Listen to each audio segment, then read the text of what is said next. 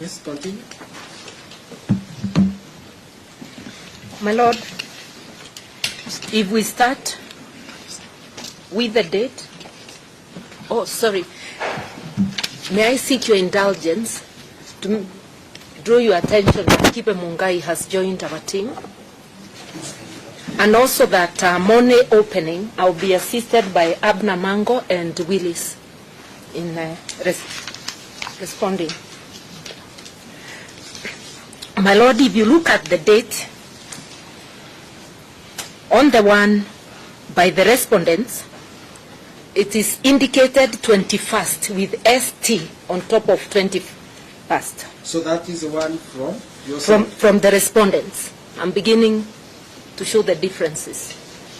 Why we conclude, we say it is a possible forgery. If you look, if you compare with the one by the in support of the petitioner's affidavit, the date 21st has no ST. It's just 21st June 2025.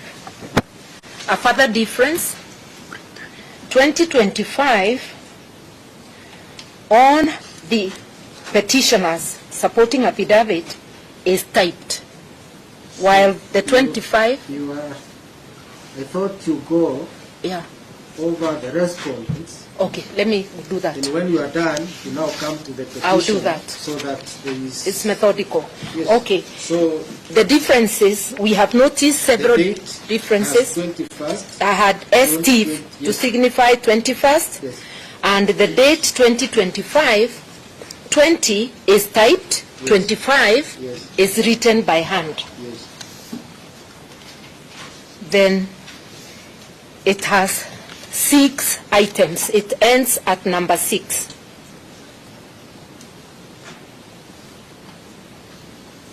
Yes. Then it has the name of a witness, Jane Jango.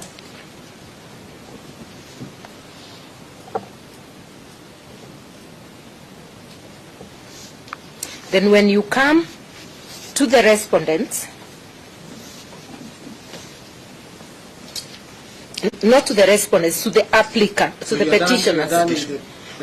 I'm done with the respondents. So the differences are? The differences are date 21st does not have an ST, and the year. 6. I'm done. I've marked 21st ST. Yes, and then the 2025 is typed wholly. It's not written by hand. Unlike theirs. I'm on the respondents. Oh, we finished with the respondents. I've now started with ours. So I'm confirming that I got you right. Yeah, the differences are 21st ST and 25 written in pen instead of typing. Then the items are 6. The witness, Jane Jango. Yes. Okay. Those are the 3 notable things in that one. On the one by the petitioner,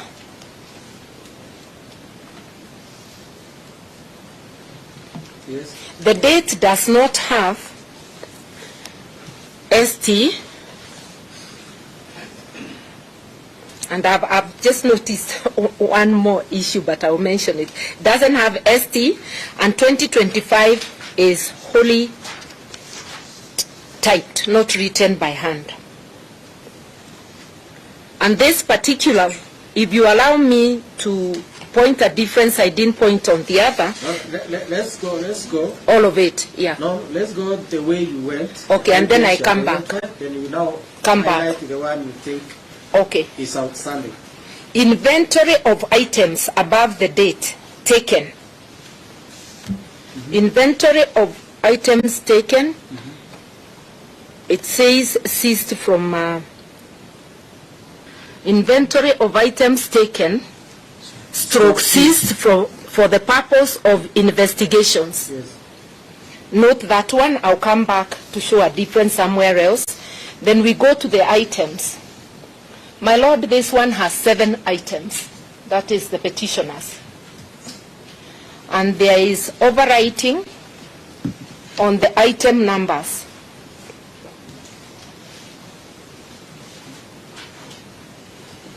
Number 6 is cancelled because number 5 appears to continue up to number 6, so it's cancelled. Number 7 is cancelled. Number 6 is cancelled. Number 7, item. The numbering. The numbering. You can see a cancellation on the letter 6, and then an imposed writing on the number below to be 6. A cancellation below number 6, the imposed number 6, and then an imposed number 7. So the petitioners have 7 items and the numbering has been changed. Yes. Then we go. What about the witness? Witness, it is cut, but it appears, the signature appears to be there. This one, yeah.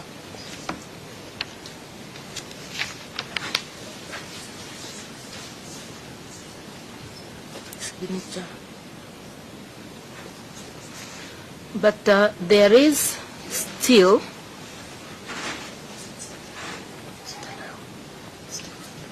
the layout appears different at the end from this other one.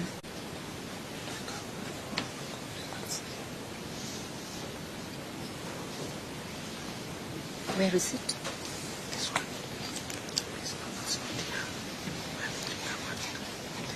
And it has the following words after number 7.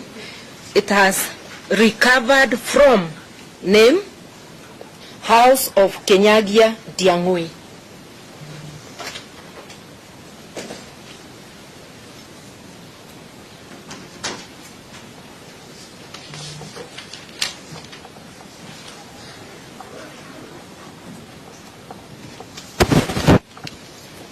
You can see House of Kenyagia Ndiangui.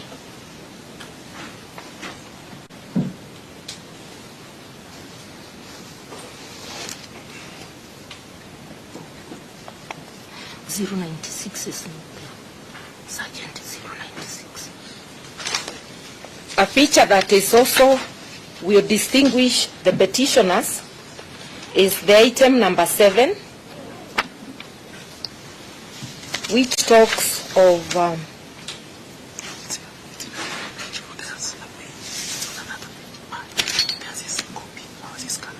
okay.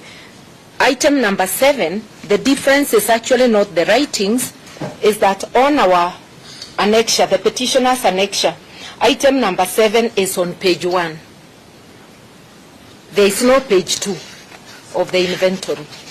It's whilst... So the petitioner's documents have only 1 page? Only 1 page.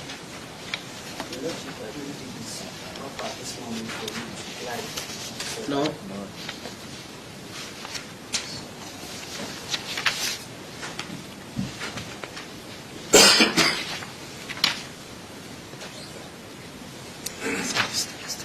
It's 1 page.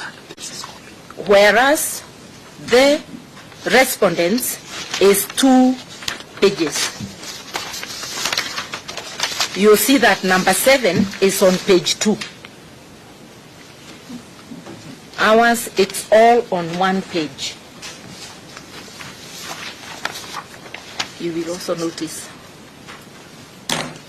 Oh, this is the time. Yeah.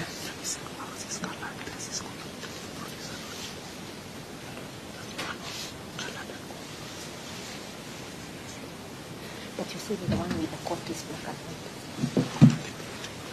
Yeah, we can leave it for now. So what we are saying...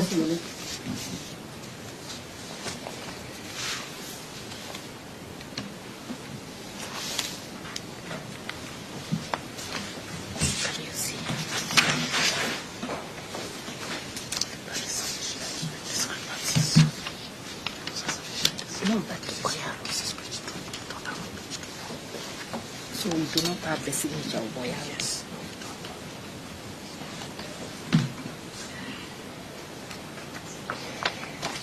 This one is not anywhere here. Yes, it's not there. And this is ceased. This is seen. Where did I see seen? No. No, the word seen.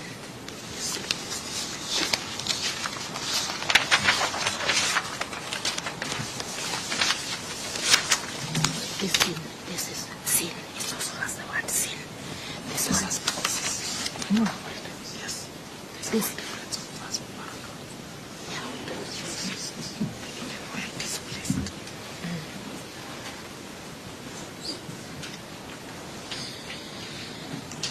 Yes.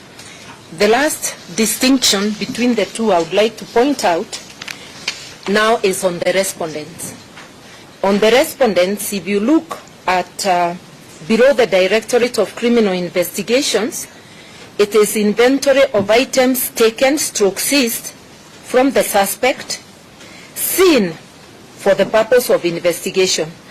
Now, if you look at the petitioners, the words inventory appear at the top. The word that is not similar in both is the word sin, as in sin of crime. Whereas the respondents one in that heading has the word sin, and these are typed. The word sin does not appear on the copy of the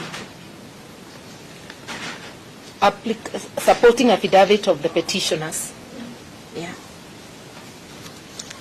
I'm not a document examiner, but even the writings appear different.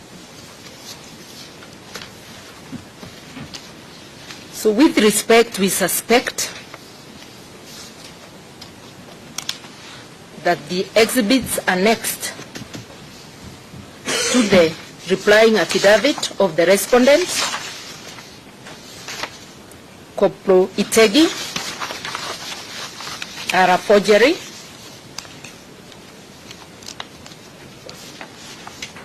And following the press conference of the second respondent, with respect, we see him as a person of interest, and we would be happy to cross-examine him if he was in court. I do not think, my Lord, that you'll be able to get to the bottom of this matter without his personal appearance and without the appearance of the Inspector General. Apart from the need to comply with court orders, law enforcers cannot become lawbreakers and fail to comply with court orders. As I yield to my colleagues, my Lord,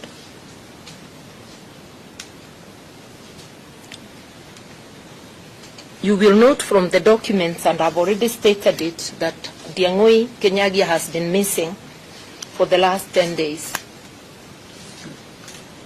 Yes. I just want to say, my Lord, with respect, that it appears, because this is not the first case, that detention without trial is being returned. Kenyans refer to the Kanu era when it happened as the dark days. Those dark days, my Lord, at least the state used to acknowledge it's holding somebody by whipping out a detention order. The detention today, extrajudicial detention, is accompanied by a denial.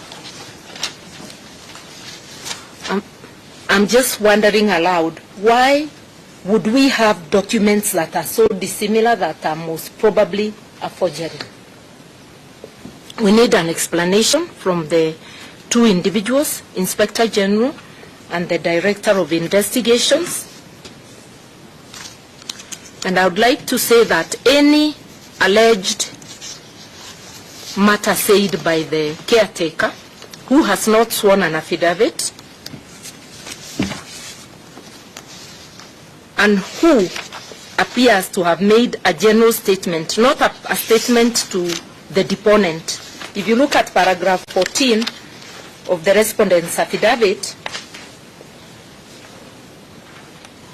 it says, the said caretaker informed officers that the second petitioner had left the house earlier in company of another man and 2 unknown ladies. He doesn't say he has been told by her, which he verily believes to be true. It's a marketplace statement. He said to the officers, this is hearsay, should be expunged, unless if the lady herself swears affidavit and avails herself for cross-examination. What if the 2 others he left with were an advance party to abduct while the others come back and search? Those are things we can never know. Yes. I sit just down with one proposition. The coincidence of the house being broken into by the police, which they now admit, and my colleagues will be dealing with the illegalities of that, and his disappearance, and the conduct of the DCI and the police generally in this country in matters relating to abduction, leads to the inescapable conclusion that indeed they arrested him and then ransacked his house. I yield to my colleagues.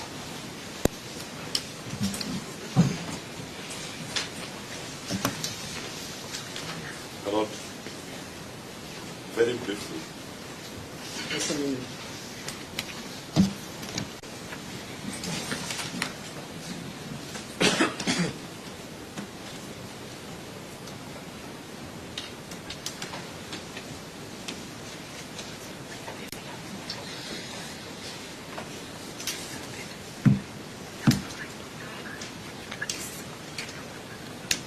Yes, Mr. James. No, from the point that I assume that the respondents recognize that we are in a country operating under the rule of law. And if they accept that fact, then a competent court having made an order, I've never seen orders that are so express and explicit like this one, directing the IG